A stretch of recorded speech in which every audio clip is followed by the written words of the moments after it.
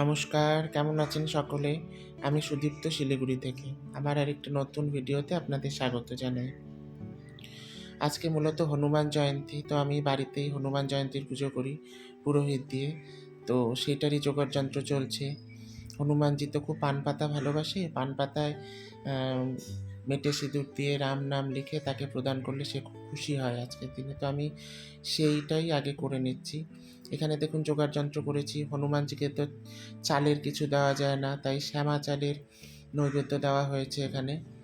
আর হনুমানজির ড্রেস তো আগের দিনই কিনে এনেছিলাম। ৫ ফল, লাড্ডু, বুঁদিয়া, ওইদিকে মিষ্টি, এদিকে ভুনা ছোলার ভেতরে গুড় দিয়ে, আখি গুড় দিয়ে, কলা, ওনার যেটা সবথেকে প্রিয়, লাড্ডু, আর দেবো হচ্ছে ঘিয়ে ভাজা ল লবণ ছাড়া মানে নুন ছাড়া লুচি আর সুজি।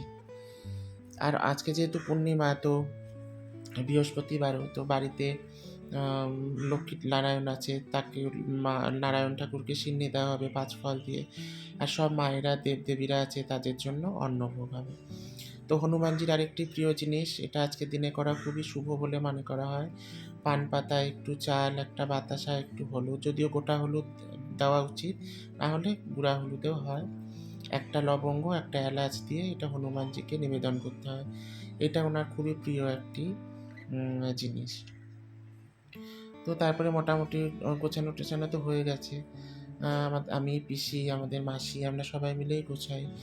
পুজো জিনিসটা এমন একটা জিনিস যেখানে আপনার মনের যে ইচ্ছা, মনের যে আকুতি, সংসারের বেড়াজাল টপকে সেটা করার যে ইচ্ছা, সেটাই ঈশ্বর দেখে।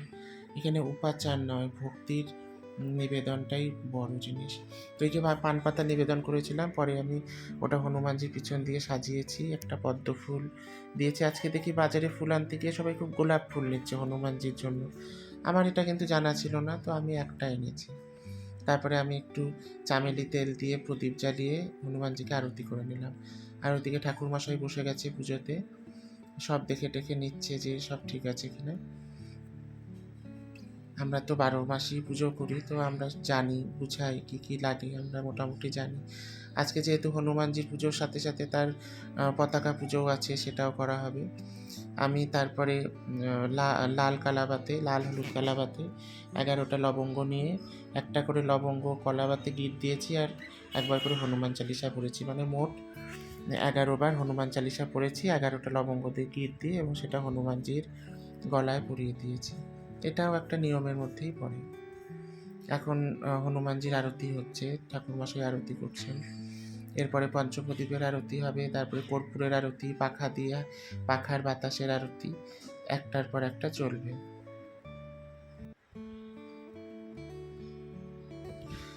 আজকে অনেক সকালে আমরা উঠেছি, পুজো থাকলে পরে সকাল সকালই উঠতে হয়।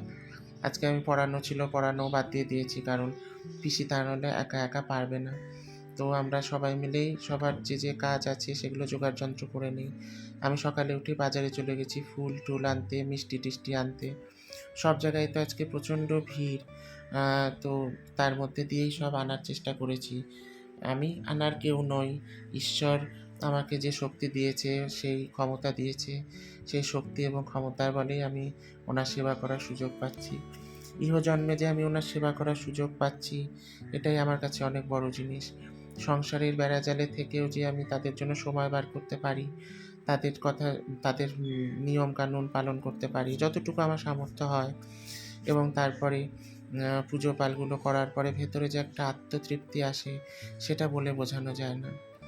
সেই তৃপ্তিটা বোধহয় ভেতর থেকে ঈশ্বরই প্রদান করে।